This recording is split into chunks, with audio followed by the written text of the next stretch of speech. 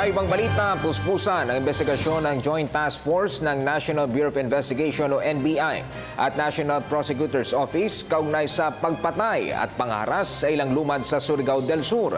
Ang detalye mula kay Julius Di Samburun.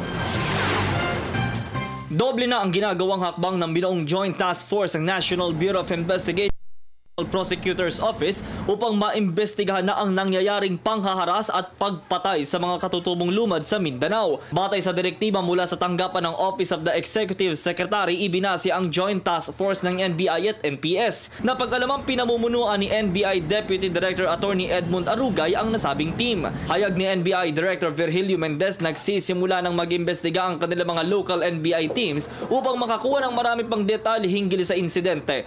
Parte din ng investigasyon ang alamin kung mayroong militar sa komunidad ng Lumads. We were again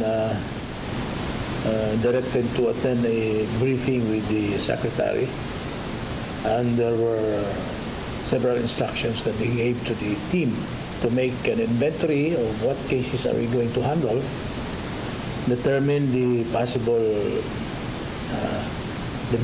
possible victims that could be included, because this is there's a big issue that are involved here. It's not only about the Lumads in Lianga or Agusan del Sur, but almost all Lumads in Mindanao.